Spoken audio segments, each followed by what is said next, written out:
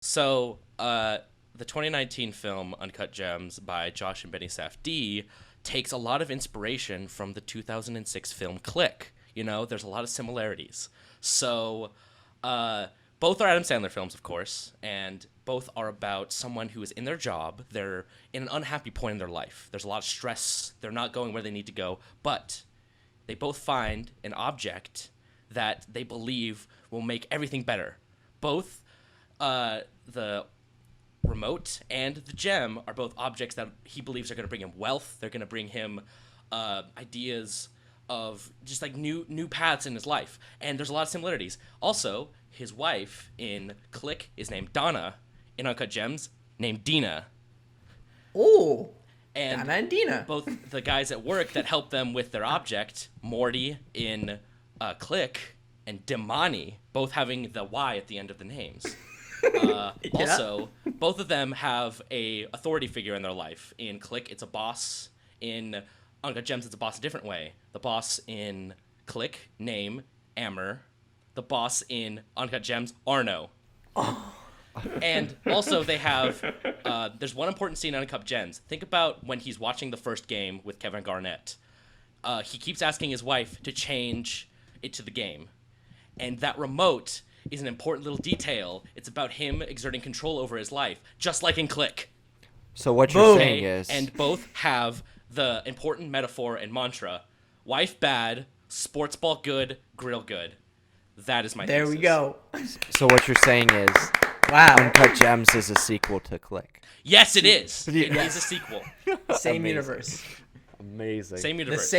same lineage of Sandler. Yeah. The Safdie brothers saw that film and they're like, that's genius. We need to get Sandler in a film. I adore that. That's good. Oh. Well, didn't see you there. Welcome back Oh. to Stack. Oh, hello. Hello there. It's our audience. Welcome back to Stack episode 12. Another very special episode. As usual, I'm here, Ethan, along with, I'm Brandon. And I'm Chris. and today we have a very special guest. Our second guest on the show, my freshman year roommate and one of my best buddies, Sellers. Hello! Hello there. Hello. I'm very honored to be here. I am a big fan of Stacked. Yes, you were one of the first that reached out. You were super excited about it. I'm like, I don't know anyone who talks movies as well as you, and like, this is gonna be perfect. It was a Yeah. perfect match for you to come on. So I'm excited for you to be here. I'm so excited for this, especially the topic we have today. Topic. Okay, so do you want to talk about the topic for us? Like, Yes. how did you? How did you come up with it, and like, what are like the rules and everything to it? You know? Yes, because I was the one who proposed this topic. I remember one of the most fun experiences freshman year was showing Ethan very weird films that he did not enjoy and watching his reaction. So I love doing that with people. I love finding very weird movies and showing it to them, and either enjoying them, enjoying the film, or finding enjoyment in how much they don't like the film. That's one thing I love to do. I recently showed my house the film Brain Dead, and two of us had seen it before, and one person in our house did not like it. And it was so much fun watching them not enjoy it.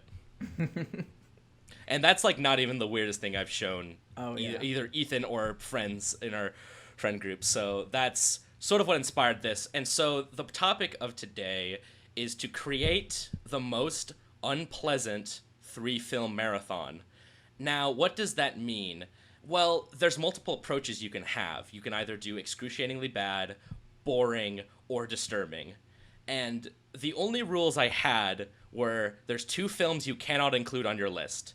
That is Sallow or 120 Days in Sodom, because it's too obvious. Everyone knows Sallow is a disturbing, unpleasant film.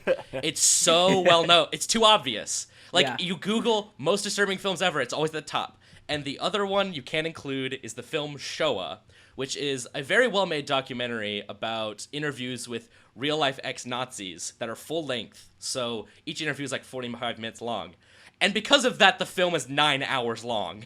So that's just cheating. That's a great stack. That I don't know what itself, you're talking about. A Just two sound- film stack, yeah. Yeah, Showa itself is a stacked. That's true. It's 3 good, the bad, and the uglies. It's that long. And so that was the whole center. And that were the only rules I gave. I wanted to see what y'all did for your approach. I sort of did a bit of both. I did bad films, boring films, and disturbing films. But I want to see what you all do and how you take that. Boys. And a fun... Yeah, go ahead. I'll let you speak. Okay, I was just going to say, let us know about, like, what was your process of finding these disgusting movies? They were mostly films that, like, I sort of was like, these are films I know that are kind of infamous. And actually, 2 of the films are ones that I'd only seen just this month, because they were films on my watch list that I'm like, okay, these could be really good choices and I need to see them. And both of them ended up on my final list. Also, one thing I did is I did a little digging. I went through all 3 of yours letterboxes and created predictions to see if I can guess which films you put on y'all stacks. And so I have a little notes thing with all the films that I predicted for each of you. And based on y'all's letterboxes, there may be a double stacked. We'll see. I'm not going to reveal what film I think it is until it is said, but I think I know what it is. I've talked about it with you. I think we all know. I think the three of us are thinking the same thing right now. And another part of my process is knowing that film was probably going to end up. So I originally was on my stack, and I realized y'all are probably going to put it there. It's going to get well covered on this episode. Brandon, like, what was your experience of finding disgusting movies? I think in disgusting movies, we should do enjoyably disgusting movies, because that's what I did. Movies that you could enjoy. So you're going to be the person that lightens up the mood a bit in this episode, you know? Yeah. With some fun stuff. Exactly. My list stacked is just to be as painful as possible. That was my process. I was the opposite.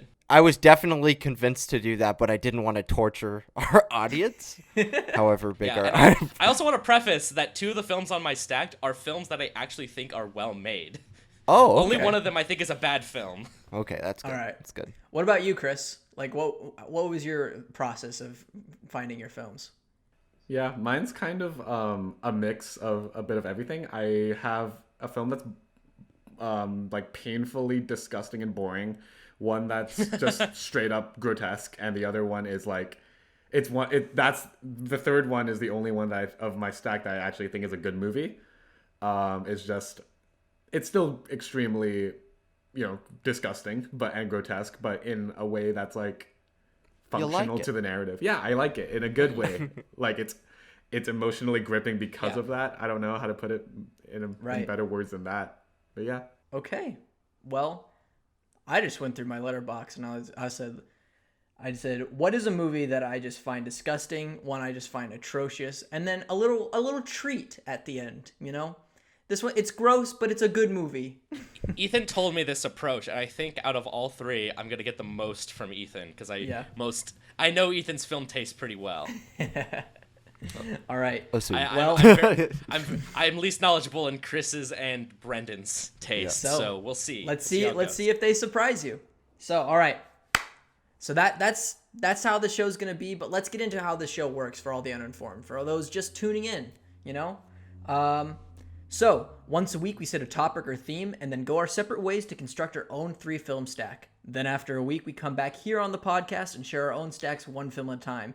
Then at the end of the show we will mix and match our 9 films to make the ultimate decision on what quintessential 3-film stack we are checking out of this hypothetical video store. I just now looking at my stack, I'm like, what video store has all 3 of these movies? This is going to be the most fucked up video store.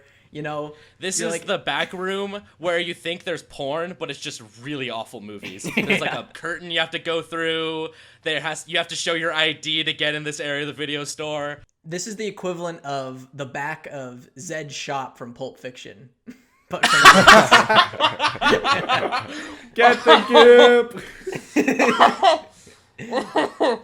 So I'm gonna scream if one of these films actually features a gimp. We'll see. I think. Okay, well, let's get into it. I think I know what movie it is for Ethan now. Let's have the guest go first. Sellers, take us into your first disgusting movie for this disgusting movie stack. So, my first film was very recent. It was the last film I put on my list. Funny enough, the first film I went with trying to find an excruciatingly bad film. And I had a film locked in there for a long time, but there was one film on my watch list that was like, you know what? I'm going to watch it and see if I think it's worthy of this spot. And I want to see if Ethan can figure out what film this is. Alrighty. Okay. This movie, it's much older. Not very old. It's after the 70s. It takes place in a coastal city. It has director of photography Dean Cundy. It has the word trouble in the title. Oh. It is 1991's. Yeah, it's not that. It's not that. What? It is 1991's Nothing But Trouble, directed by Dan Aykroyd. What the Is fuck? that a real And I have- Criterion case? Yeah, it's a Criterion Criterion. case. Yeah, it's absolutely Criterion. It's not some. Yeah, you can see it says Nothing But Trouble on the side. That's Yeah, with Chevy it's Chase, right? really- yeah, it's with Chevy Chase. So this film is infamous. It is very infamous for being a bad film. And there's a lot of movies that are infamous for being bad. There's The Room, Plan 9 for Outer Space. But most of those are well known because they're fun bad. Not the case with Nothing But Trouble. Nothing But Trouble is a very unique story in that it's the first and last film ever directed by Dan Aykroyd, with good reason, because Dan Aykroyd is very creative, but he is terrible at story structure, and that is one of the biggest problems with the film. But this movie had a $40 million budget. It made $8 million at the box office. Yikes. Oh. Before I go in, did a lot of research, and one of the best reviews I found was by Roger Ebert, who refused to review the film. He deemed it so bad. Wow. Allegedly, in the theater, he went up to a group of rowdy teens and asked them to be louder so that he wouldn't have to listen to the film. It was that bad.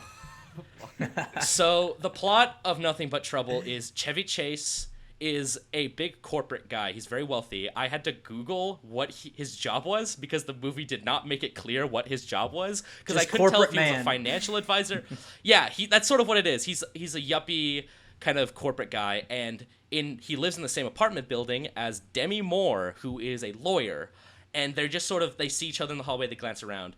So Demi Moore gets a phone call. She has to head to upstate New York to go deal with some law thing. It's not clear. And so she asks to borrow Chevy Chase's car, even though she's wealthy. And then for whatever reason, two wealthy Brazilian clients of Chevy Chase join along.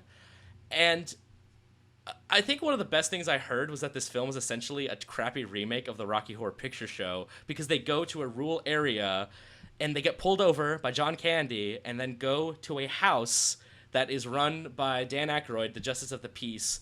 And I cannot describe this film. It's a very unique bad in that it's so creative and so boring at the same time.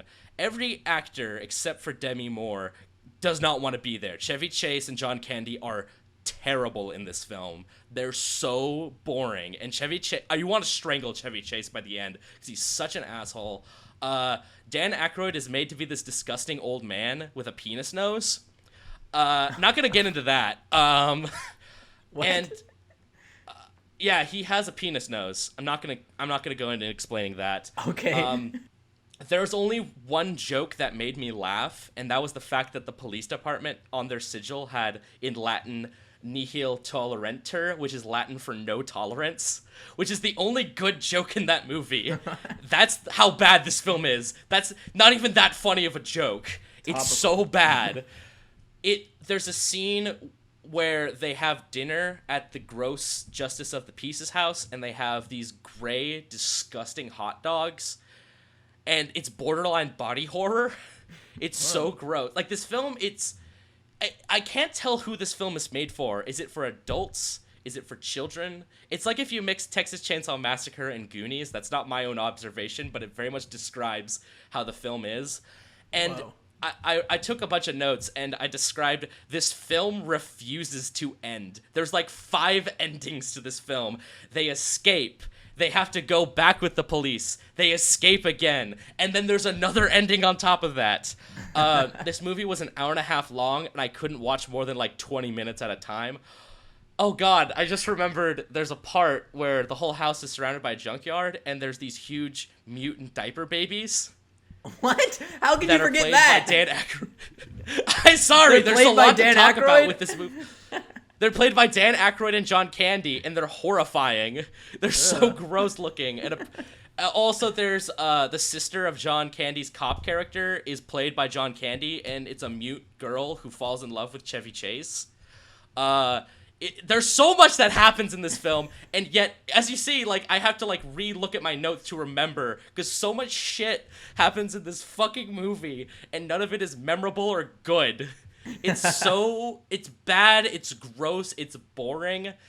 I was just, and also, it looks terrible. The lighting is awful. It's Dean Cundy, who's the DP of The Thing and Jurassic Park. And it's some of the worst of his cinematography. It's so poorly shot. It looks like how Paul Verhoeven lights the high school scenes in Starship Troopers. Like, he lights them bad as a joke. It's so poorly lit. I'm trying to look more at my notes if there's anything worthwhile to say. Oh, man. There's only one good scene. Oh, fuck! I forgot Tupac's in this. What? There's You're making this up. Where... No, I promise this movie's real. Look it up, real. watch it. There's a scene where the Digital Underground shows up. They're arrested by John Candy's character, and the judge judges them. And the Digital Underground shows up with Tupac. He was 19 when this happened. And they have a jam session with Dan Aykroyd as the old guy. He plays on the keyboard. It's really bad. It feels like how those like end sequences in all those 2000s DreamWorks movies are.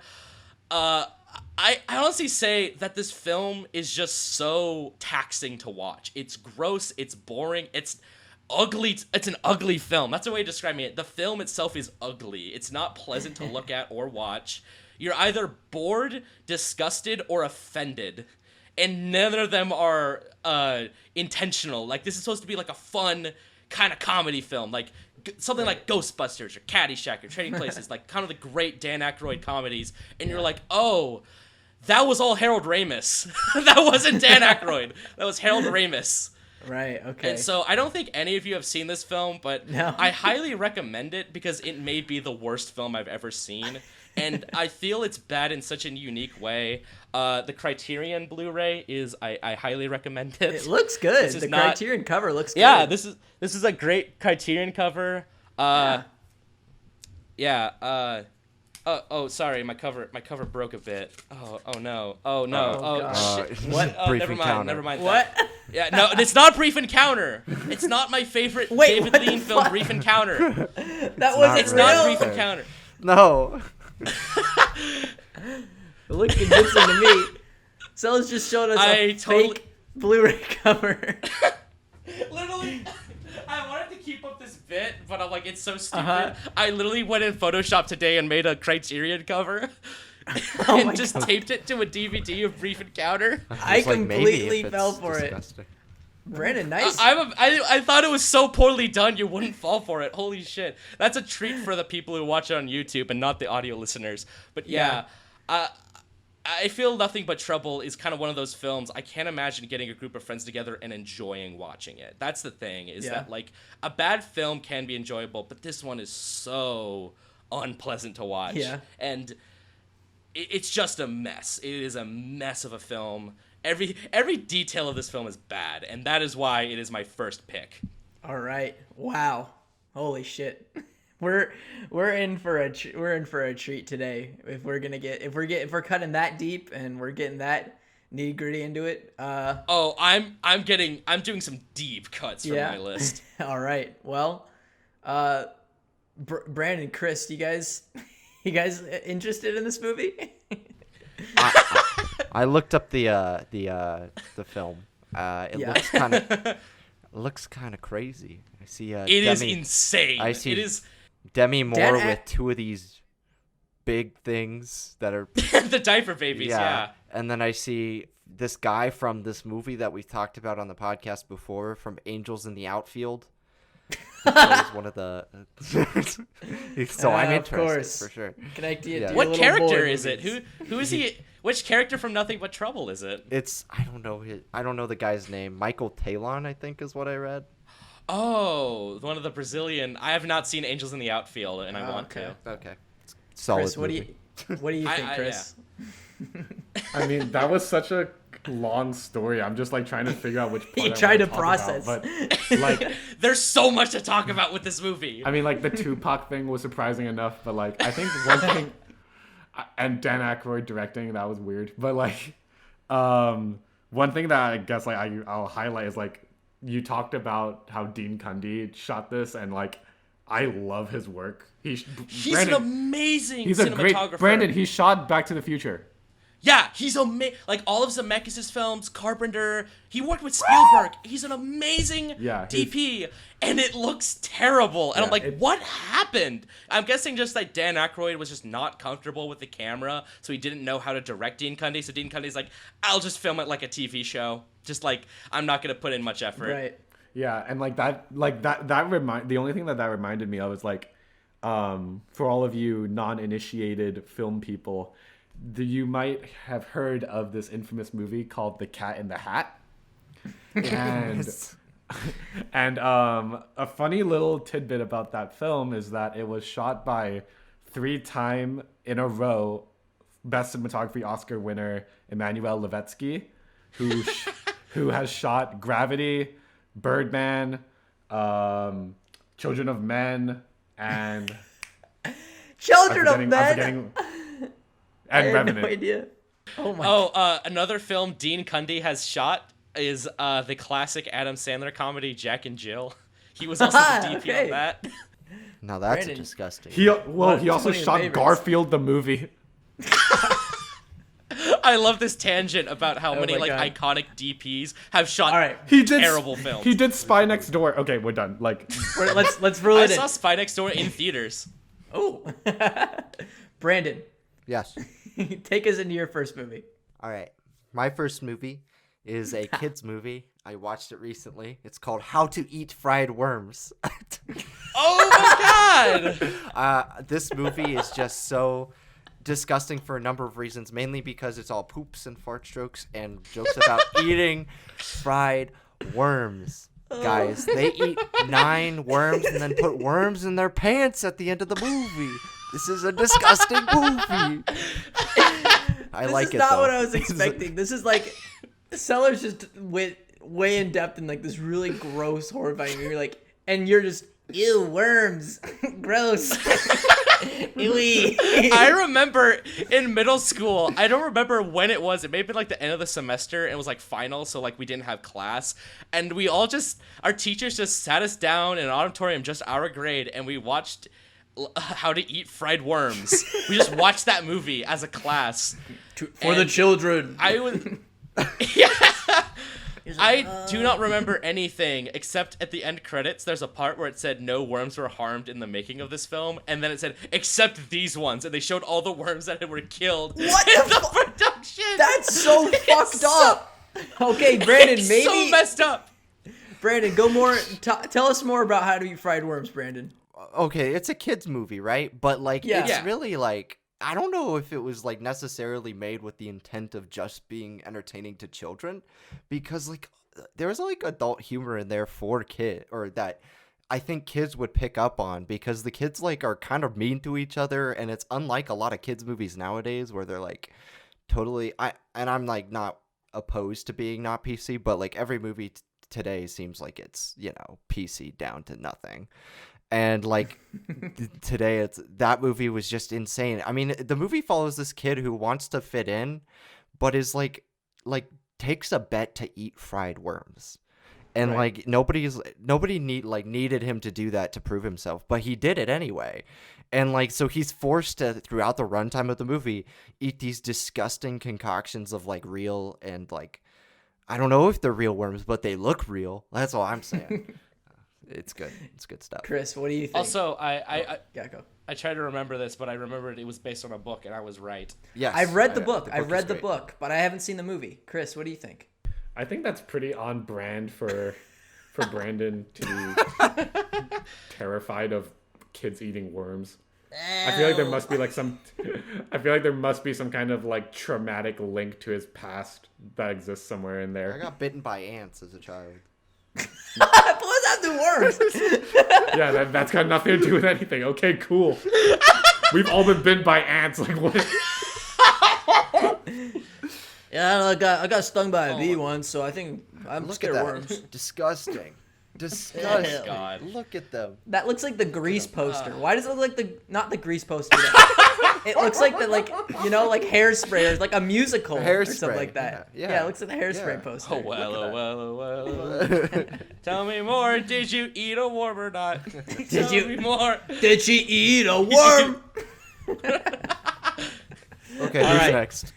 Howdy, Friday. Chris, take us into your first film. Okay, well, I think I'm gonna start with this movie from 2009, directed by this man named Tom Six.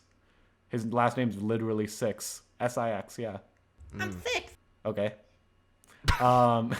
It is an infamous film that I think everyone's heard of, but thing is, most people haven't seen because I think the concept itself is too disturbing or disgusting to watch. I've seen all three in the trilogy. I know what it is. It's Wait, I think The Human Centipede. Oh! But Yeah, so I mean, Brandon's got worms, I've got centipedes, so Yeah, this here we are. little creepy crawly episode. So, okay, just to explain what this movie's about, basically these two girls, they're lost on like a road trip or something, and they need to ask for some help, and they find themselves at this very quaint, seemingly innocent little house, and they knock on the door to ask if they could possibly use their phone to call a friend or something, and this man invites them in and drugs them and does some quite literally unspeakable things to them. Do you think, should I say it? Should I say what they do? Yeah, go ahead. say Yeah, it's Everybody- disgusting. I think it's so well known. I know. Might as well. Yeah. So basically, We watched the Hungover games, and they did it in that. Yeah, It's true. They did do the parody. They did do it in the Hungover games. So basically, this doctor, what his specialty is like, I don't know what the fuck this specialty is. Anyway, his thing is That's true. He drugs these three people, and while they're asleep in their coma or whatever, he sews one person's mouth to the other's anus. And you can imagine the kinds of things that happens in terms of the image itself is disgusting enough, but think about, the digestive system. How does that work in terms of movement and yada, yada, yada. It gets really grotesque. It's very graphic. You do see a lot of detail in the prosthetics and yada, yada, yada. Mm-hmm. So, it's kind of it's a really, really crazy film, but it's one that for whatever reason has tapped into the disgusting horror zeitgeist of our generation of filmgoers. Weird thing about this trilogy though, the second film takes place in a universe where the first film was a movie. And the third film takes place in a universe where the second film is a movie. And the first film was a movie within that movie. You see what I'm saying? And the actors are the same. The actors... So it's a meta. It's a So is meta. The first movie and the second movie in canon in the third movie, but the second movie on the first movie? So it's sort of a human centipede of canon. Exactly. in That's universe. what it is. And but here's the funny thing, that some of the actors return in later films as other characters, but they're not related at all to the characters they played in the original film. This is a fucking nightmare this is more confusing than the X-Men movies, I swear to God. I kind of want to watch it now. I'm down to watch it if you come back. I might throw up, but let's do it. I have wanted to watch these films because I don't know if it happened over the course of one night or multiple nights, but my dad sat down and watched all three Centipede films back to back. And he says they get better over time because they become self-aware comedies. That's his take. And I don't know, because I think the thing is with this film, I think the only thing going against it for really being super unpleasant is the fact that it's so well known. It's so iconic now. There's so many jokes about it. Everyone knows this. No, I think the shock value is sort of worn off. But I imagine in the film, it's still disgusting. Yeah, I think it's like Chris said, it's like a film that everybody knows but nobody has seen. So I think like this is the perfect moment to have people like be introduced to this film. It's an infamous film for good reason because the concept is so revolting. I think one of the funniest comments about this film I heard was from the creators of South Park, Matt Stone and Trey Parker, and they said that this movie becomes a lot funnier if you imagine the camera crew filming this. And they're like, yep, that's good. This is good. Cut, print it. Like there was someone who was like, that someone wrote this script, a studio said yes to it, and gave them the money to make it.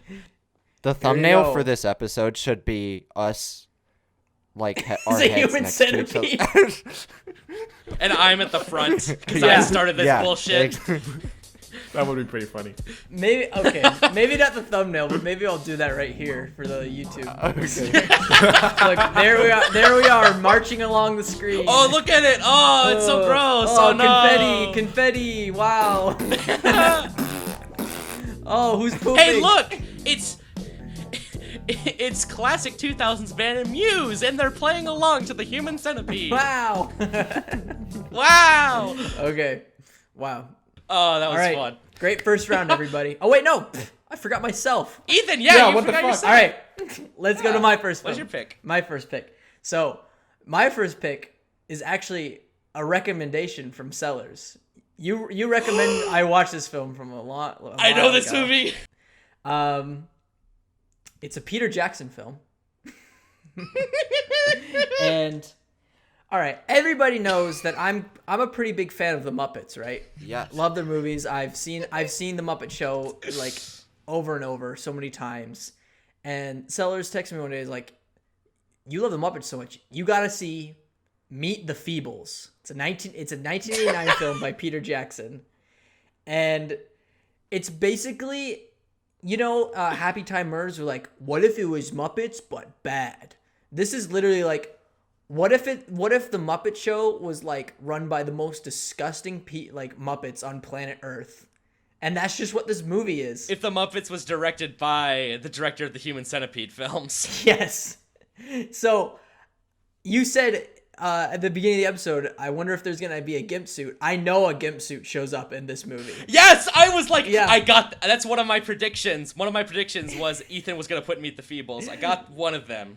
Because this, can't even begin to describe like what this movie's about. It's just like the show and the Muppets. They kind of look like Muppets, but they're just a little bit more homemade and a little bit more disgusting. Like Yeah. there's lots of plot lines going on. There's like one of the rabbits gets like herpes or something. Like it's really sick and he's about to die. He gets the big one, which I think is supposed to be AIDS. And he gets all disgusting and like sickly ill. And there's parts where he's like projectile vomiting. Yeah, there's a lot of Muppet fucking in this movie too. Like I remember there's this one of what? Of my dad's puppet class I took. What the fuck? All right. Tangent time. What's this story? Wait, I need to hear this tangent. How does this relate to Meet the Feebles? Because it's puppets. That's it? That's the only connection? No, I mean, I made ugly puppets as a child, so I have puppets in my house that look like the puppets, something like that. Like a capybara that, like, you can put your whole arm in. Okay, that's pretty good. Also, it's like Happy Time Murders, but probably better, right? It's Peter early Peter I'd Jackson. argue it's better than the Happy Time Murders. I think I bet The Craft is better, but because I'm such a big Muppet fan, like I found this movie so completely offensive, Oh yeah. Which is like, it was so hard to sit through and watch, but the ending's pretty satisfying though, I will say. The ending is awesome. I don't want to cool. spoil it for I don't any wanna spoil people. I think it's up. The movie's on like YouTube or something. Like I think that's where I watched it. I love Yeah. early Peter Jackson, so. Early Peter Jackson is such an interesting. I love that I mentioned Brain Dead at the top of this because we're going to talk about early Peter Jackson is very much like early Sam Raimi, where it's just so insane, like just gore-fest insane films, back to back with Bad Taste, Meet the Feebles, and Brain Dead. And I feel the grossest one I would say is Meet the Feebles because pretty much every bodily fluid you can imagine is in this film. Is coming out of a Muppet in this movie. It's coming out or going into a Muppet. Or going into point. a Muppet, yeah. Every alcohol, like every drug, every bodily fluid coming in, out, it's just like... The hardest stuff for me to watch, honestly, is all the racist stuff in the film. There's a lot of really racist stuff in the movie. It's a pretty racist stuff. But You're just like, Peter, like I didn't mind the fly eating shit out of a toilet, but I did mind the whole Vietnam part where all of them speak. It's really bad. The knife-throwing turtle has a Vietnam War flashback or something like that. And that's why, and he's addicted to heroin. Yeah, oh, man, it's an insane film. It's a trip. It's sort of one of those things you kind of have to just see for yourself. I think the problem, my biggest problem with the film is just there's almost too much going on at once. It's almost Dickensian. There's so many characters and plot lines happening at once that weave in and out of each other, and I don't think it works out very well. And also, like, after a while, you're just kind of numb to all the gross stuff. Yeah. Like you said, the shock factor is really big in the first half, but then the second half, you're kind of like, okay, I see where this is going. Yeah. But yeah, that's I think a hard feat to sustain in a film, and I'll talk about that later with my last pick. But I don't want to spoil it. Just okay. All right. Well, that's my first pick. Sellers, why don't you take us into numero dos? So my second film is a big departure from everything we've talked about thus far. This film isn't gross or disturbing. You could argue there's one scene in it that could be disturbing, but it's not that bad in terms of what we've talked about. It's a film from Belgium. It's by a woman director. It is a little film called Jean Dielman. Oh my god. 23. Another fake Blu-ray. Yeah, I don't have the Blu-ray. I wanted to do a bit where you see if you can catch on, where like Criterion's don't have the Blu-ray thing. Yeah. I'll send a photo of all these DVDs at the end to Ethan to put in. Yeah. And I think this film is unique in that it's not disturbing, and it's a very simple plot. It's just a montage mostly of this one housewife doing chores, like doing the dishes, turning on the stove, cooking, cleaning, straightforward. There's only one problem. This film is 3.5 hours long. So this movie is just 3.5 hours of a woman doing chores. And one thing happens at the ending. I don't want to spoil it. It's not a big deal.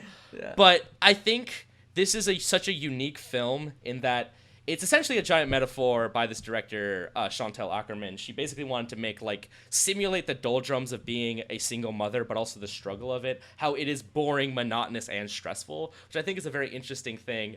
However, the movie's over 3 hours long. So I'm sort of imagining that, like, you got all your friends together, you've watched some fun, gross film, you're like, oh, that was so nasty, you had some fun times, you probably had some alcohol, maybe a little reefer, just having a fun time. And then someone's like, hey, I'm gonna put on a movie. Y'all are prepared for it. They're like, oh, what's it gonna be? And it's just 3 hours of a woman cleaning her house, cleaning the bathtub, cooking dinner. Everyone is just so bored to tears. I honestly, one friend, I did in my house, I just woke up one morning and started watching it because I hadn't seen it. I wanted to watch it and see if it would be worthwhile for the Stacked. And like, people would come in and out of the room and they're like, how can you watch all of this? And I was just like, it's almost like watching an IRL Twitch stream where you're just sort of you're peeking into someone's life. Yeah. But like, there's no action, there's no interesting conversation, there's no catch to this film. There's no catch of like, it's really interesting. It's like, no, this film is meant to be as boring as possible. And I kind of commend it for it because it was still engaging to watch, but you're also so bored. And like, you honestly get kind of excited, like, oh, she's turning on the stove again. She's cleaning the bathtub. Let's go. You almost kind of like root for her. Yeah. But it's because you're just like, fuck it. I might as well I may become engaged in spite of this film. And I just imagine in the 3-film stack, this would be an excellent choice of just like people being like, what the fuck? It's gonna basically be like the make or break film for a lot of people of just like, can they make it?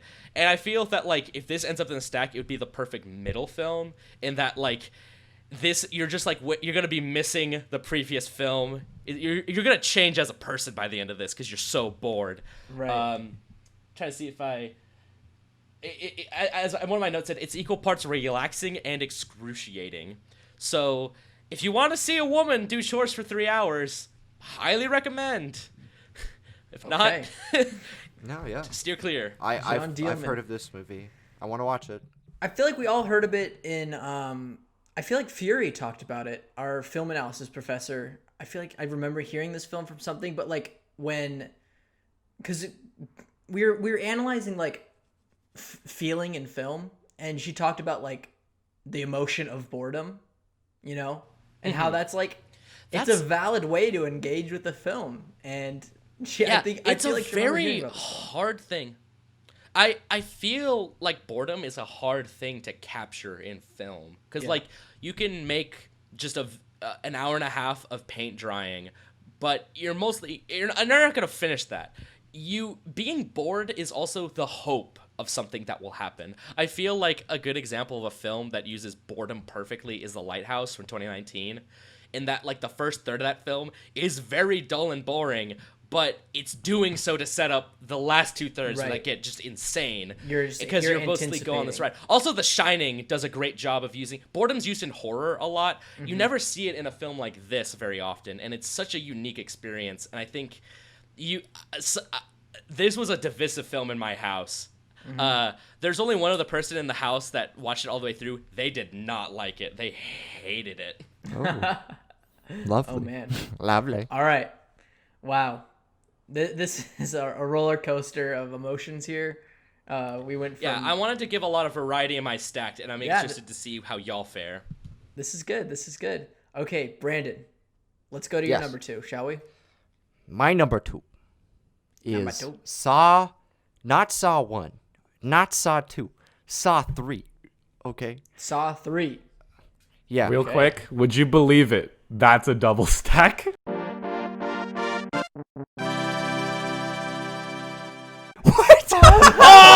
Specifically is the grossest one. That's the most insane double stack ever because like that is so specific. Yeah, it's like who expects to do Saw 1? There's 8.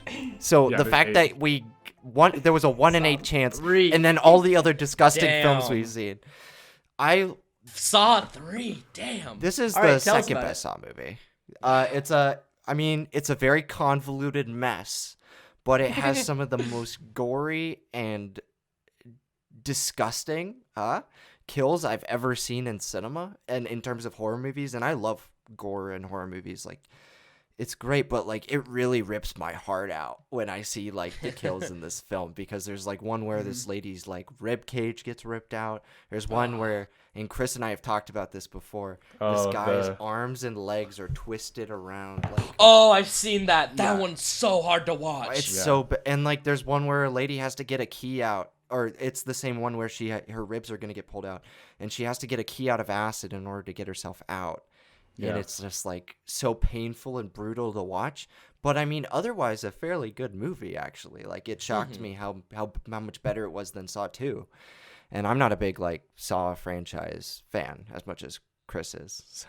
Speaking of my roomies, I think Zoe has seen all of the Saw films, and I feel she'll be very pleased to see it represented in this podcast. There we go. Chris, what did you... Yeah, since this is a double stack, give us your take on it. Yeah, I mean, like, Saw 3 is, like...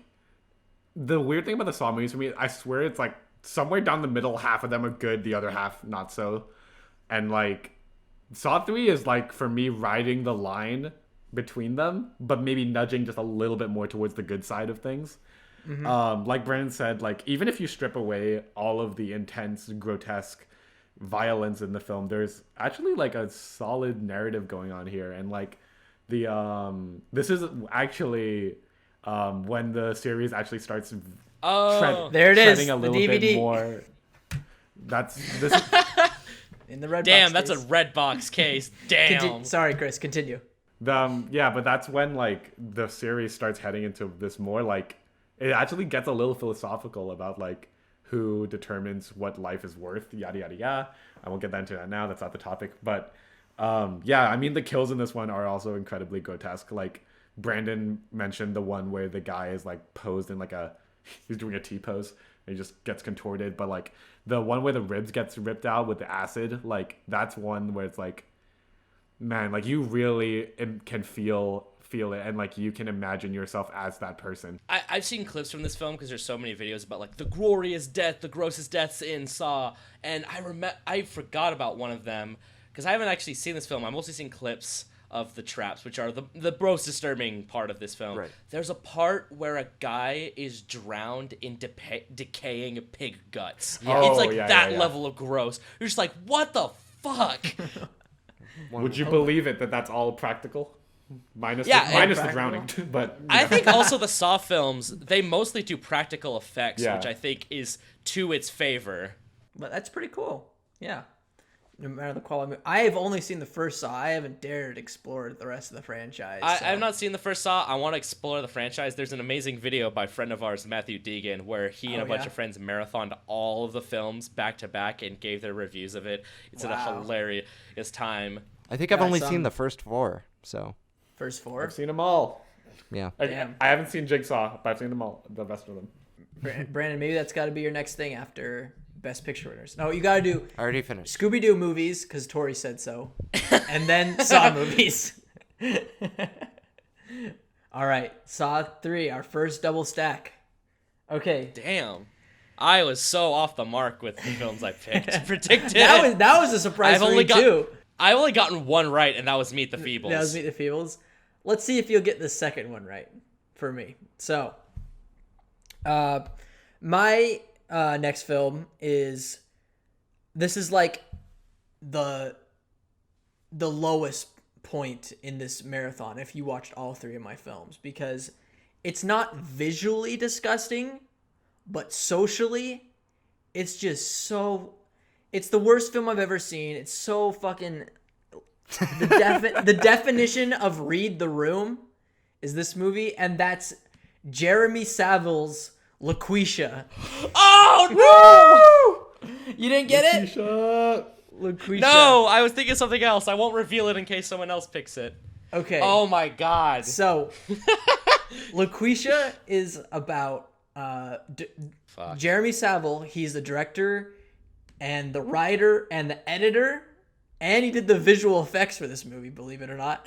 There's like, I think the only visual effects of this movie is like there's a bus that comes by and he has to like cover up an ad on it with something else. So, but like that's like the visual effects of this movie. But he stars in this movie too as like, he's this bartender in this this bar, and like people come to him with like all their problems about like dating and marriage and stuff, and he just like, he's a real honest guy. He gives it to them real, you know, and everyone's like, wow, you know.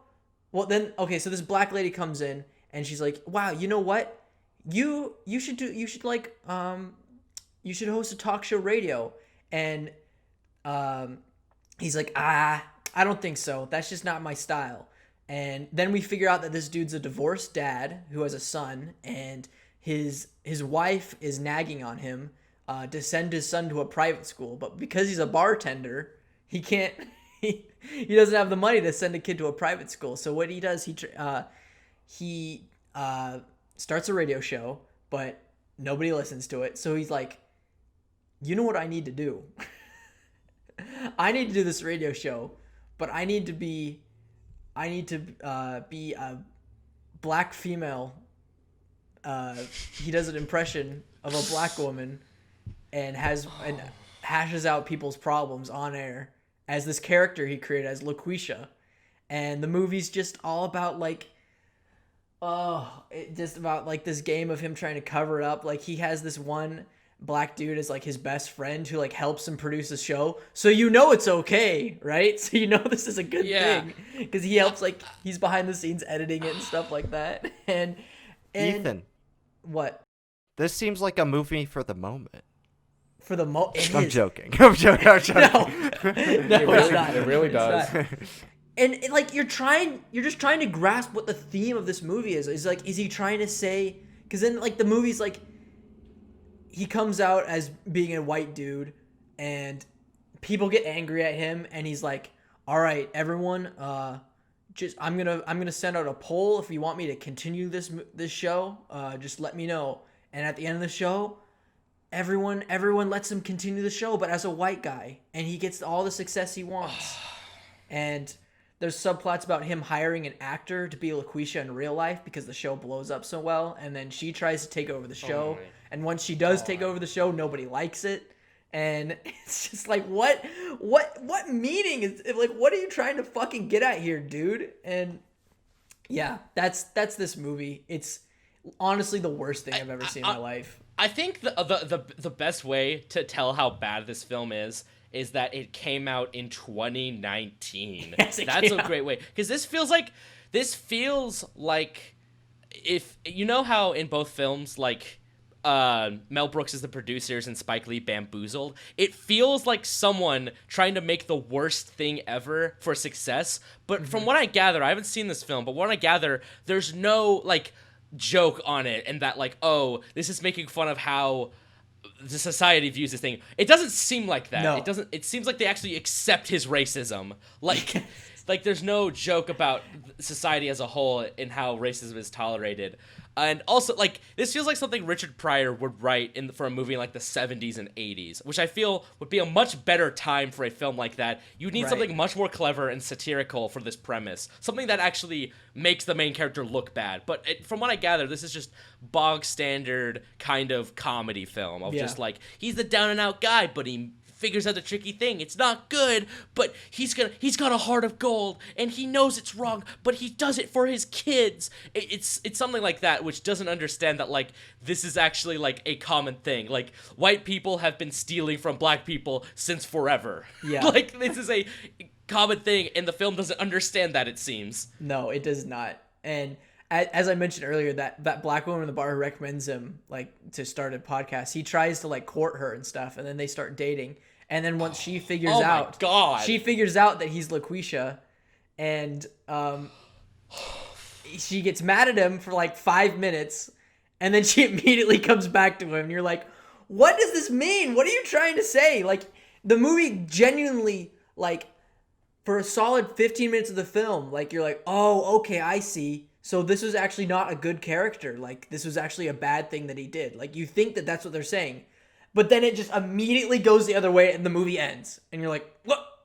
Okay, all right. This feels like the kind of film that, like, you'd go over to, like, a friend's house who's, like, not into film, and they just, for whatever reason, have this on their shelf. Like, it feels like Norbit. I'm sorry, that's the first thing that comes to mind, of, like, those really, like, Z-grade terrible films you'd find on your friend's DVD shelf, and you're like, why the fuck do you own this? Why did you go to a store? What a coincidence. No fucking way. No. I'll save it, but I don't think Norbit's making it away, because I know Brandon and Chris haven't seen the film. I know they haven't. So okay.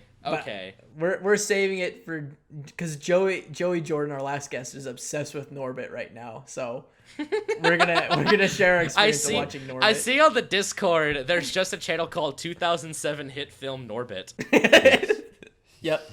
What's that for? Have you met Joey Jordan? You don't want to know. I mean, what more do you need to know? I do not believe so, but I would love to. Yeah, that's all you need to know.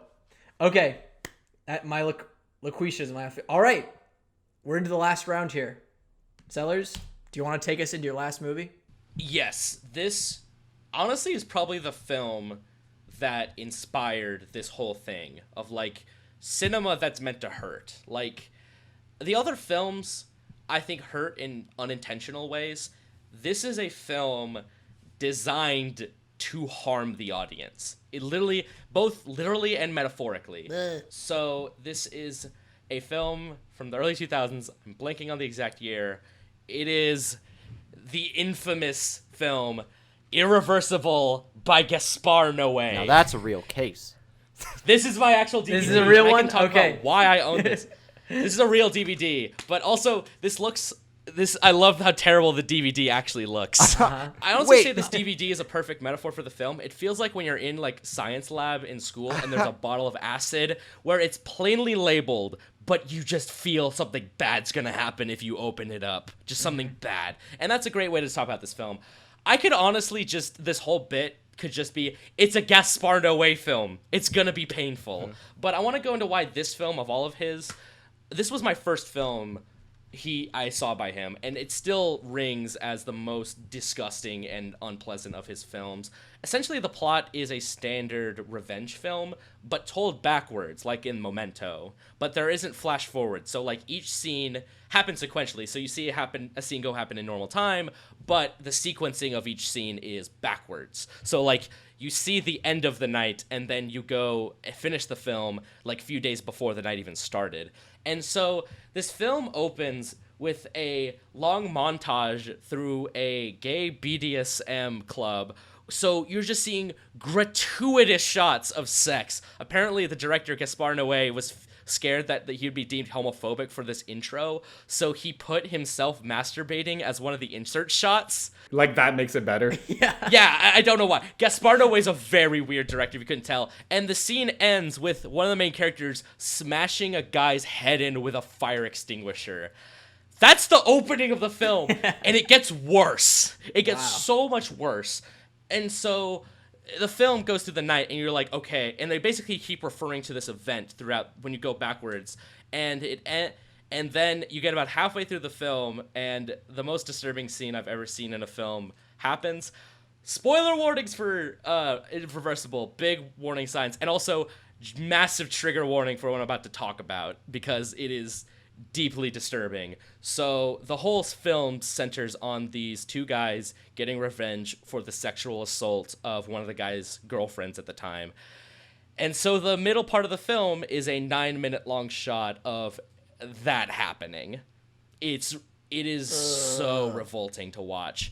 And Gaspar Noé, I feel, understands how disturbing it is. Like, it's not like a lot of directors where they're just like, I'm gonna put this in to shock the audience. Like, Gaspar Noé understood what he was doing by putting this in the film and what effect it would have on the cast and the audience. So, from what I gather, the whole production was completely chill with what was happening. The actress completely on board. Because normally you see in situations like this, the actress being coerced into something like this.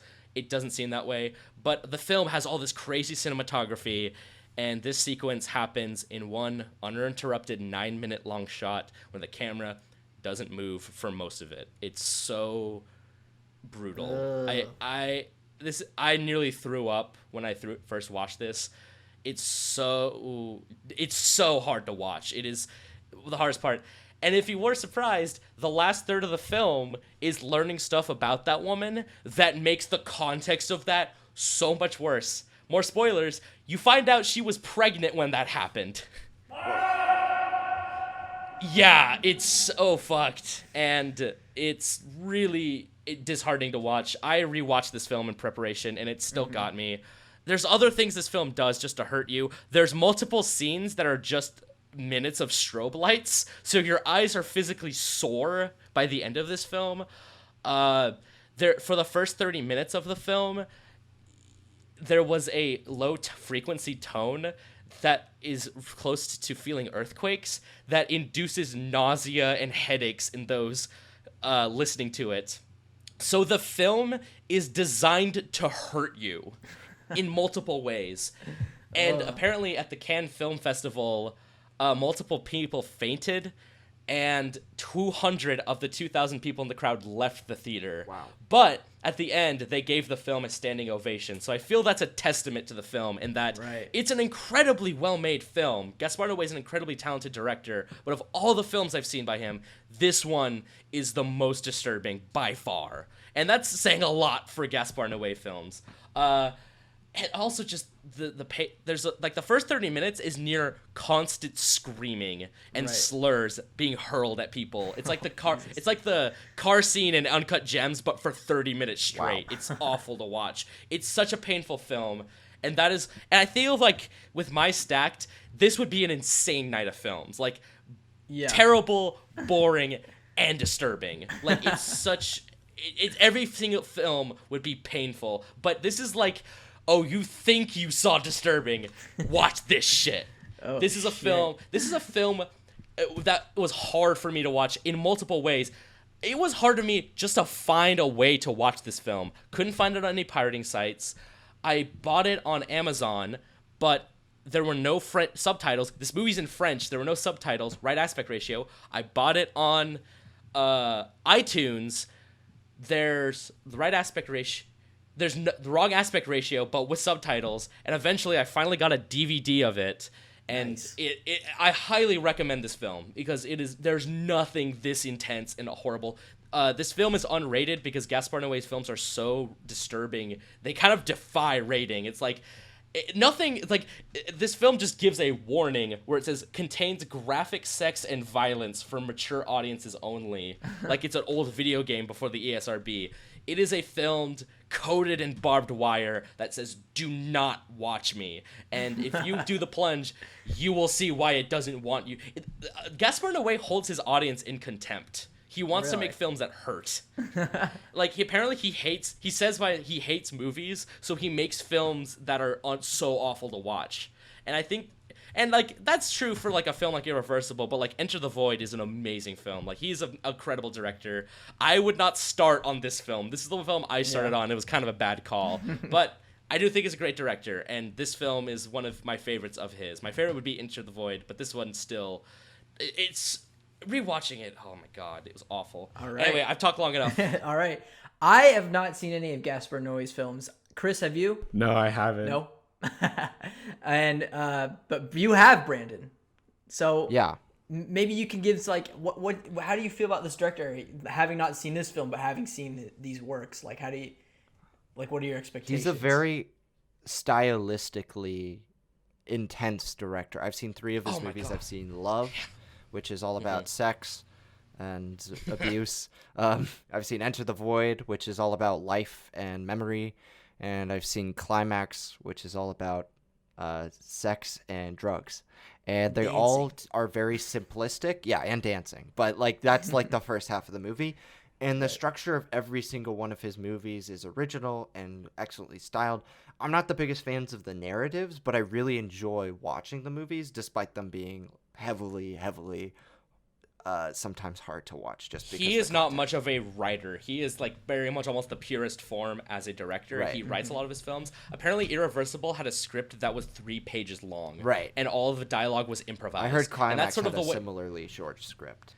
Yeah, but Climax is different because a lot of that film's about dance, so it's more about like choreography and stuff. Right. Whereas something like Irreversible or Enter the Void, I have not seen Love, so I can't speak about it. They follow more of a narrative, and that is the weakest part. But it's sort of, you know, the phrase style over substance. I feel Gaspar Noé is one of the few directors who can survive on substance, the style over substance. Yeah. Like he can actually agree make with those that. films good. He really has a unique style, and he's a very, I think, important filmmaker. He's part of the movement. He's the most well-known director of New French Extremism. I've watched a lot of New French Extremism films, and the ones that are always consistently good are usually ones by Gaspar Noé. He's not always at his A game, but when he's good, he's a really powerful. Correct. I agree with that. All right. Okay. Damn. What a stack, Sellers. You did not disappoint. Yeah. Let me tell you. Yeah, my stacked is insane. Insane. It is, There we go. I think my approach was just like trying to get as most variety as possible because I feel it was very easy to just be like, I could put just like, just 3 gross movies. But I'm like, no, I want to do something very unique. Okay. Right. Okay. Brandon, take us in your last film, will ya? My last film is Peter Jackson's Brain Dead, Dead Alive. Oh! But with the same Lionsgate. Oh! font as the other one. Wow! I watched this movie again today. I remember discovering this film on my own. I was like going through some filmographies, and I saw the poster for this, and I was like, wow, that looks really crazy and interesting, and I'd never seen any of Peter Jackson's early stuff until this, because I had seen like the Lovely Bones, the Lord of the Rings, the Hobbit movies, and I finally watched this movie, and it was like this like gateway drug into splatter porn, and it's so good, it's so disgusting. The comedy is spot on. It's literally so fast paced and insane that it's kind of surprising how much he can cram into an hour and 40 minutes, because it is quite possibly the goriest film I've ever seen, other than maybe the remake of Evil Dead. So, Right. yeah, I love this movie. Ooh. I'm guessing, I think everyone here has seen this film. Yeah, we've all seen it. This is good.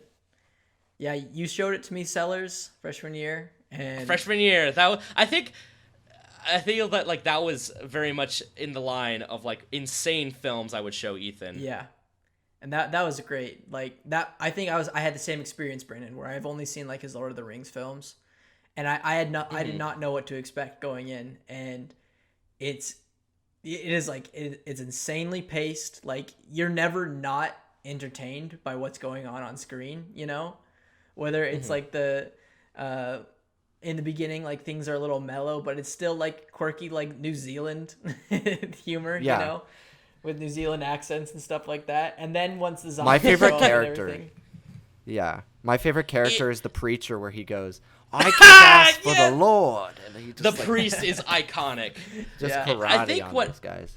I think what makes this film so fun to watch is that every single time you think you just saw the most insane thing ever, something even more insane. It's a film that constantly tops itself, which I think is a mark of a great filmmaker. It really, I think watching these in tandem with the Lord of the Rings films, you're like, Peter Jackson is an amazing filmmaker. Like, a lot of the camera work he does in Braindead, you see in Lord of the Rings.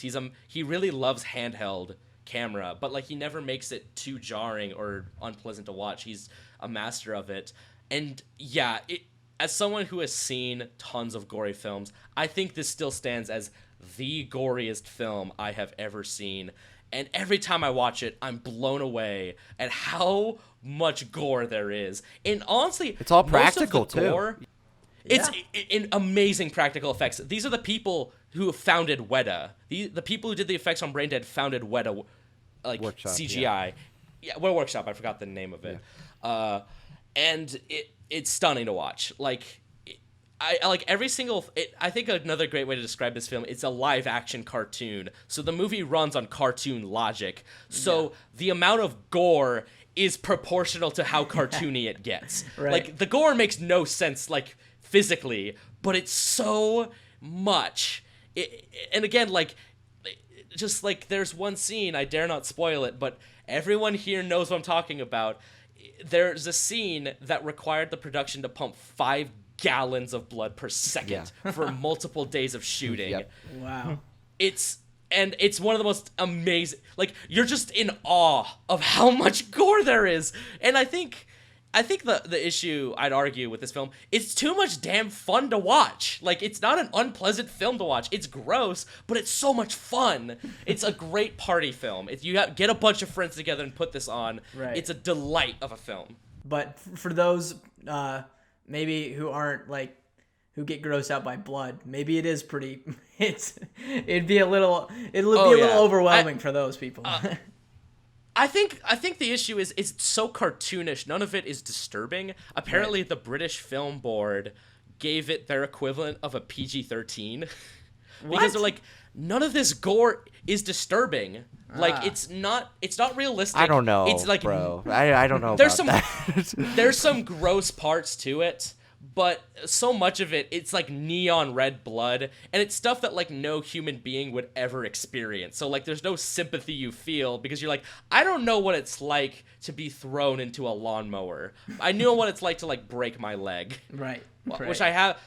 Why would I say that? I haven't done that. Why would I say that? Which I have done, by the way. No, I haven't. But anyways. Yeah, I feel that like a lot of people have like broken their legs, and like you see that happen in a film, you're like, ugh. But like when you see like a zombie get its head chopped off, you're not like, ugh, because you feel sympathy. You're just like, man, it's such a special film. I don't think we'll ever see a film this gory ever again. Right. Chris, what do you think? I remember Brandon showed me this movie. Like, I forgot. I think this was like in a. I was thinking it was sophomore year. And I think this was like in the weird period. Was this during that weird period of time where? Funny story. For like a month, Brandon moved his mattress to the living room and just slept there, and just watched movies like for a month. And I think this might have been during that time because I sat on that couch and I remember just being in awe of this film. And I absolutely loved it. It was just so fun but also, still kind of disgusting. My favorite scenes for sure are the infamous, baby in the park scene. Yeah. Fun story.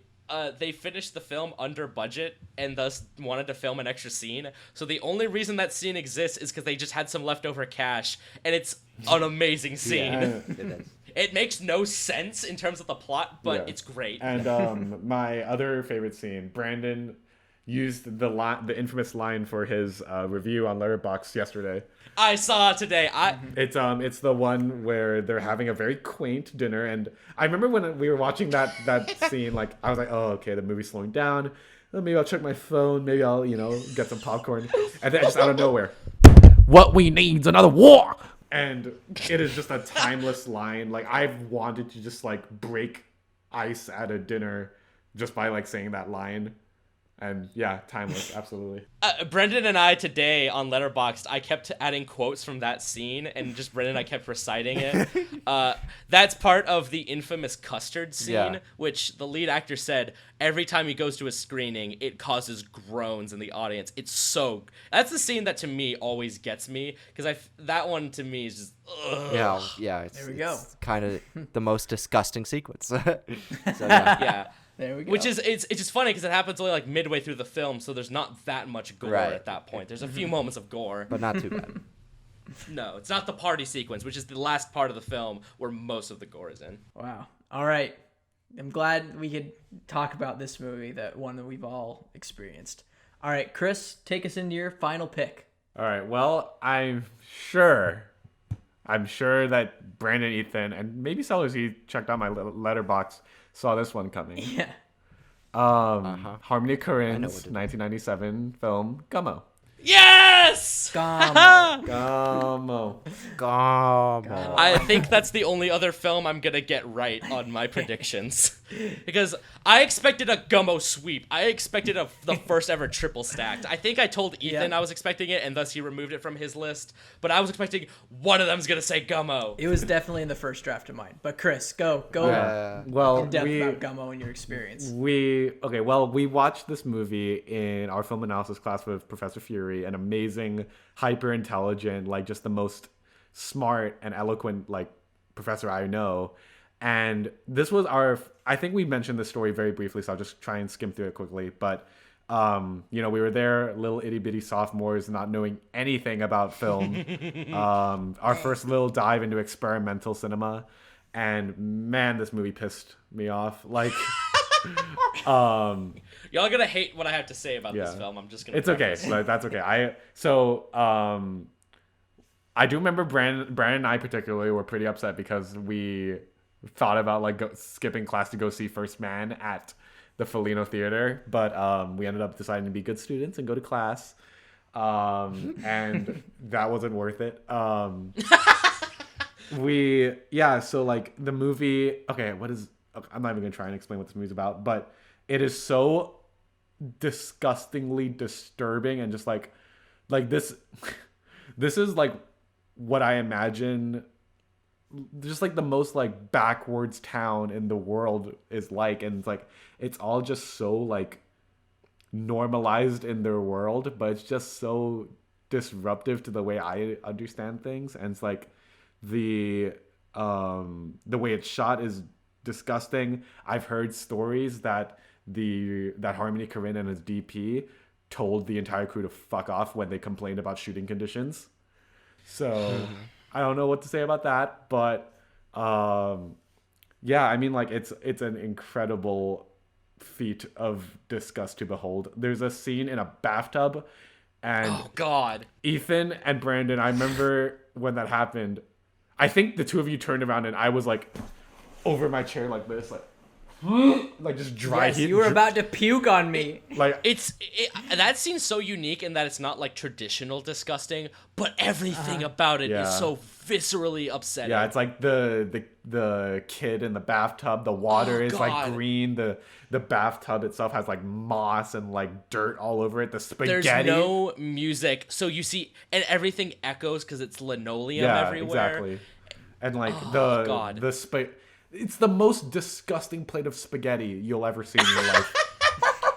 And like it's a pretty just normal piece of spaghetti, but in conjunction with everything else, it's nasty. Yeah, exactly. And like, and then the chocolate bar. Exactly, the chocolate bar. He drops it. He picks it up and eats it. He drops in the bathwater. That's when you start gagging, Chris. That's when you start going crazy. And like the sound it makes is nightmarish. It sounds alien. Yeah. And like, keep in mind, this is that was a film analysis class, and like usually like we're able to like dissect and understand. And like, yeah, we did study this film and we understand it.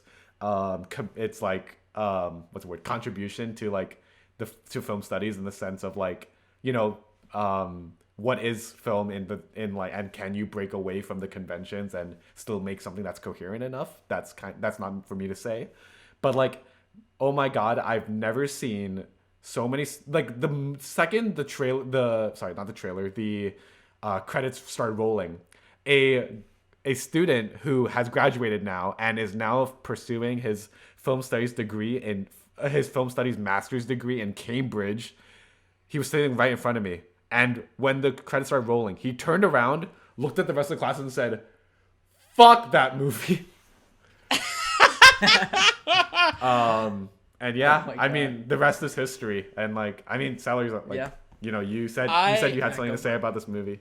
So I need to preface, when I first watched this film, I actually watched this movie, I think like a couple months back, and I was watching a ton of really terrible movies back to back. I watched Death Warrant, which is this like crappy Jean-Claude Van Damme film, Abraxas, which is this hilarious Jesse Ventura film that's really bad, and I also watched Escape from Tomorrow and other things. I was just watching a ton of really terrible movies that happened to be on my watch list. And in the middle of all of those, I watched Gummo. I don't know what it is, but I think because I watched it with those, I kind of vibed with it. But I knew going in what to expect out of Harmony Korine, because I'd seen Spring Breakers. I knew that film's more mainstream than a lot of his other films. I knew that film was going to be insane. And I think he very much succeeded in making a film that is just so revolting to watch. I think that my favorite scene in that film is, I don't know what the context is, but there's the main character, the rabbit, and there's those two kids pretending to be hunters, and they just scream at the main character, and they're like, "He smells like horse shit!" That scene had They're me little crying cowboys. laughing. I know, they're little cowboys, and I love Yeah. it. And also, one of my favorite bands ever, Sleep, their song Dragonaut plays over that sequence where, in slow-mo where they're riding their bikes, and it's great. But yeah, this is a disgusting, unpleasant film. It basically has no plot. It's basically just like, it's almost like a film poem in that, like, it's not really trying to like have a coherent narrative. It's mostly trying to give a feeling to the audience. And I'd honestly say it succeeds, and that is to its benefit and detriment. Like, the reasons someone liked this film versus someone who hates it are almost the same, which I think I almost commend Harmony Korine for. Yeah, definitely. What do you, Brandon, got anything to say about Tough. Gamo? Tough film. It was a meme in Tough our film. friend group. Yeah, It was. that was probably like the meme of our sophomore year. Well, we didn't know what it was at We first. knew nothing about it going in. Like, I've only seen the poster before then. And I was like, oh, okay. We Gamo. saw the Rotten Tomatoes score, and we were like, well, maybe they're wrong, because like, that's something. And then I don't know. It's just a very painful film. Like, it moves at a snail's pace, and I know that's kind of the point. Is like he's stretching the rules of what cinema can do. Holy shit! I've seen movies that do it better and are far more crazy and entertaining. Oh, It's fine, there it's goes fine, it's Jark. fine. it's fine. Okay, It's but yeah, dark. Cut this, I cut don't- this. Cut. Don't cut. Don't Yeah. put this in the final cut. Add but- in the hot dog scene from Nothing But Trouble.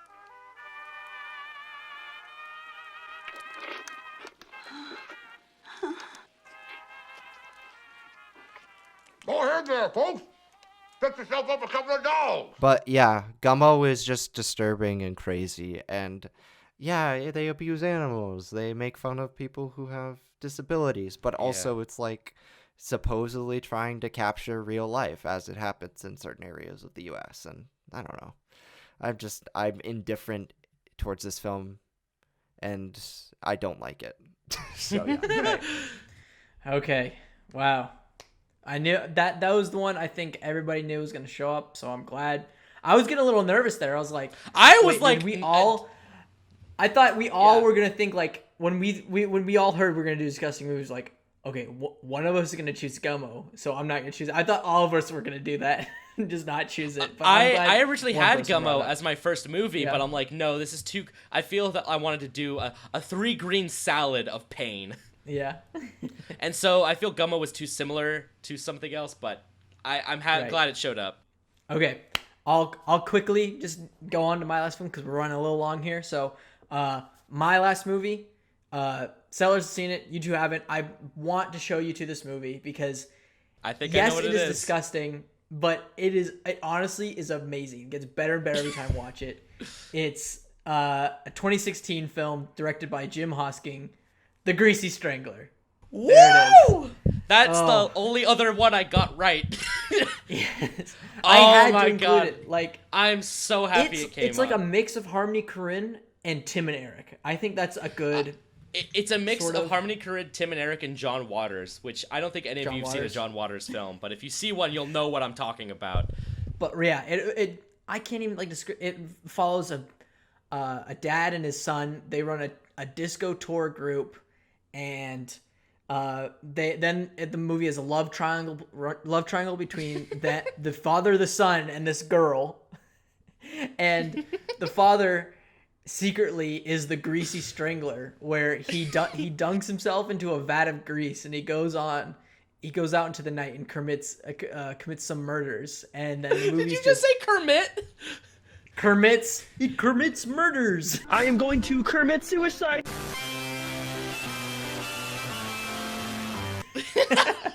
He commits murders, and so that's one plot, and the other plot is the two fighting over this one girl. And the reason why it's so disgusting is you see a lot of gross penises in this movie, and a lot of gross greasy food and olive oil and the most disgusting sex scenes ever. I showed this to my family. I showed this to my mom, my pop, my sister, and her boyfriend. And needless to say, I was not allowed to recommend movies for the rest of the summer that I was staying at the house because my mom was yelling at the movie. She was covering up the screen with a pillow. She's like, no, I can't watch this. I can't do this. And they were just in shock.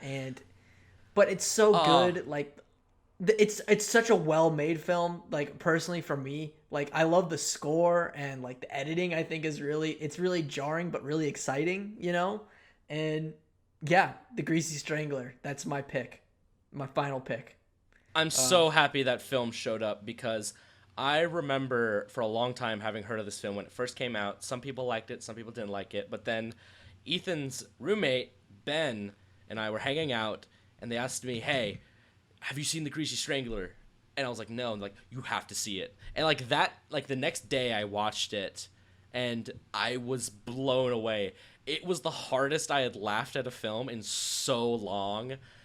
And while also being absolutely disgusted. I feel that like comedy films can be disgusting in ways that a lot of other films can't because you're not expecting it. I can only say I don't want to spoil some of the really gross scenes, but all I can say to Ethan is, oh, that grapefruit. Oh, The grapefruit scene. It's very similar to the bathtub scene in Gummo, where it's like a normal thing Yeah. taken into such a grotesque way. All the dialogue feels wrong, if that makes any sense. Yeah. Like every line of dialogue is delivered and written wrong on purpose. It's clearly every performance is so flat, but everything else around them is so fucking crazy that it just makes for this insano movie. And I love this movie. I adore this film. It was such a me and Ethan kind of film. Like, it's our exact sense of humor and kind of going more extreme than our average sense of humor. Yeah. Yeah, I think my first experience, we snuck into the DMAC theater. So I saw this on Yes, I remember this. That was great. the same year I watched it for the first time, and I was like, I have to show this to Ethan. Brandon, you were gonna say something. It Sorry looks about crazy. It looks insane from what I've seen. It's so good. I haven't brought myself to watch it because I know Ethan. This is like Ethan's about time for me. I've whenever we've had a movie night, I'm always like, "What about The Greasy Strangler?" They're like, "No, please," but it will happen. It's gonna happen soon. I swear to God. I feel like it'll happen. Brandon's thing being about time and Ethan's one being Greasy Strangler is a good testament to the kind of dynamic you guys have as humans. Yeah. But good pick. I like it. Oh, great Okay. pick. All right, there it is. There's the movies. That was quite an experience. Such a diverse. I'm Jesus, so happy. I'm how looking this through them ended all up. right here. But let's run through them all one more time before we get to like picking out our final stack. So Sellers, just go through your 3 films, and then we'll just go down the line. Same. My 3 films are Dan Aykroyd's Nothing But Trouble, Chantal Ackerman's Jean Dielman, and ending up Gaspar Noé's Irreversible. All right, Brandon. Oh, you pulled out of your hat. Whoa!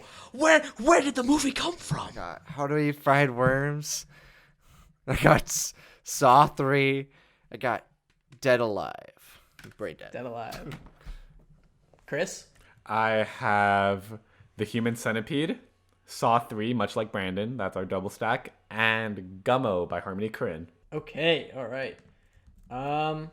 So, anybody have any pitches so far? I think because there's double stack, we gotta Wait, include Saw 3. have you said yours? No, why do I keep forgetting about myself? Jesus fucking Christ. I almost forgot myself with saying the movies.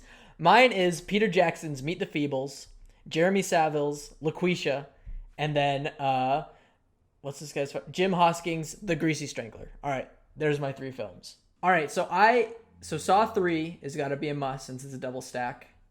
Now, I think I have a pretty, great choice. I have a pretty insane, disgusting. I think this is like a really, it's a dramatic descent into madness, but I think it'd be really funny to have. So I think our first film should be How to Eat Fried Worms. Yes. And then we go into Saw 3. Okay. And then let's just fucking curb stomp our viewer and then go into Irreversible. or how about this? Or should we go Saw 3, How to Eat Fried Worms, and then Irreversible? I'm cool with that. I just... That's the most confusing list I've ever seen in my life, but it works so well. Fuck. I had so many other stacks I want to do, but I kind of love that one. I'm trying to get Nothing But Trouble on there, but damn, that's a really good list. Chris, do you have a pitch? I think I don't know. I think you're looking a little concerned. I'm thinking, because the thing is, I don't know anything about Irreversible and How to Eat Fried Worms, so like, of course, like, yeah, I would love to throw in Human Centipede, but thing is, I don't know if it's any better or worse than, like, Irreversible, because that sounds pretty awful. Trust me. Yeah. It's up to Sellers. Sellers, do you want Nothing But Trouble or do you want Irreversible? Oh, God. Yeah. Because I would let's let the guest make the decision. That's a hard decision because I feel... If you were to put one. I may stick with Irreversible because, like, it's very easy to make a bad movie. It's very hard to make a film that's this disturbing as Irreversible, and I'd be okay with this. I'm trying to just think if there's any other way we can approach this, because you know what I also want to try to get on this list? I want to try to get LaQuisha in here. LaQuisha? I don't know. Man. I kind of find that I don't know. That's the thing. Jean Dielman and LaQuisha might be too like They're out there. They're hard, but they're bad for different reasons. Yeah. Yeah, I guess like if we're doing the whole thing where it's like we're digging into like the abstraction of what we interpret as disgusting, then it's like a variety show almost with the 3 different kinds of disgusting. I feel the issue here is that I love Saw 3 and Irreversible, but they're a little too similar into what their approach of being unpleasant to watch, and I think that may kind of make it blah. I want whoever is watching this playlist to never get comfortable in their seat. Like, each film has to be bad in a different way. Why don't we do Nothing But Trouble then? So we have like that sort of is that kind of like an insane, disgusting movie? Yeah, and also just a poorly made film. It's not fun to watch. Okay, so let's have that. Nothing But Trouble. Then should we have Gummo? I feel like we should have Gummo on this list. Well, it's almost like if you're going for it, right? Like if you're going for that variety of like, you know, okay, fine. Style. Gummo, Saw 3, and Nothing But Trouble. I think that's that order is really interesting. I think. Let's see. Should we do like the bad one first, or like Nothing But Trouble? I think Nothing But And then Trouble. I think Gummo would be a pretty good finale. Personally. Gummo's a good way to end. I honestly say that should go Saw 3, Nothing But Trouble, then Gummo. And like, I feel this works very well as a marathon because these films are probably like all only around 90 minutes. I don't know about Saw 3, but I know Gummo and Nothing But Trouble are pretty short. And I feel that you can't sustain Unpleasant for too long. That's why John Dielman's the biggest outlier, is that it's so long. Right. Saw 3 is like, well, I have the director's cut, so it's probably around an hour 40, but the director's cut's like in 2 hours. So all pretty it's quick hour films. 14. It's 1:14. Yeah, so that's like Okay. An hour 54. Okay. And I think putting the longest one first works. But Okay. oh man, I really like this stacked. Is everyone Okay. in concordance with this? I like this stacked. What do you I think? can go with that, yeah. You go, Chris. Yeah, I'm down with that. You're good. All right. Yeah, I'm down with it. Is this like the do fastest it. y'all have ever gotten a stacked? Like we've got Chris, It's Yeah, one. just It's like- one of our fastest. Yeah. Whatever. This like this. Well, Excited? especially in comparison to like, what was it, 2 episodes ago, Oh where yeah. we had our yelling. Our The was first that the coming of direct? age. Oh No, my it god! was the coming of age movies where we had the fight. That that was an insane big fight podcast. between Brandon and Chris. Okay. Yeah, this is a good pick. All right, let's run it down. This is Stack's quintessential disgusting movie film stack. Brandon, why don't you kick us off? Our first film is Saw 3. The best Saw movie that I've seen and the most disgusting physically that I've ever seen. All right. Okay. And Sellers, take us to our second pick. Our second pick is the best Dan Aykroyd film ever made, Nothing But Trouble. It is. All It's right. magical. It's magical. It's magic. I was like, It's magic. that's it? Yep, It's that's all I need to say. There's nothing else that needs to be said. That's all you All need right, to Chris. say because it's the only film by him. And Chris, take us into our final pick. And our final film is a 1997 film by Harmony Korine called Gummo. It is one of the most grotesque, boring, and abusive, just all around disgusting films I've ever seen. And appropriately so, it will be capping off our quintessential disgusting films stacked list thing. God, it's brutal to look at this list and be like, man, Nothing But Trouble's the most fun of these. That's bad. And then I'm just gonna throw in just a little after one if you want to just do a little taste. How to eat fried worms. That's the little bonus. If you're talking about taste, I feel love- the Greasy Strangly's better. Right. No, but I just love that Brandon. It's so fried cute. It's worms. such a cute option. Like I feel that like It's you such- could swap out it's any of such these a cute, films. disgusting movie. Like, ew, worms. It's gross in like the way that like I love Garbage it. Pail Kids are gross, like the cards, not the movie. Not the That's movie. that could be on this list, but nah, that was too obvious Yeah. as well. That's a discussion for another time because that's the show. That's it. I'd like to thank our Oh. guest, Sellers. Thank for you so coming much on. for having me. I had a blast. This is a long podcast. It It's is. a lot. It's a long, but we gave the people what they want. We dove deep. We dove deep, and that's why we're an intellectuals podcast. You know. We're the thinking man's dumb podcast. Yes, exactly. I stole the that from the tagline to the movie Freaked, which is a great film. All right. Well, that'll be it for us here at Stacked HQ on this comet in the middle of space. I don't know. I'm trying to like make it Tune like in a next space time place. where I explain how Jack and Jill is also remade into Uncut Gems. What the fuck?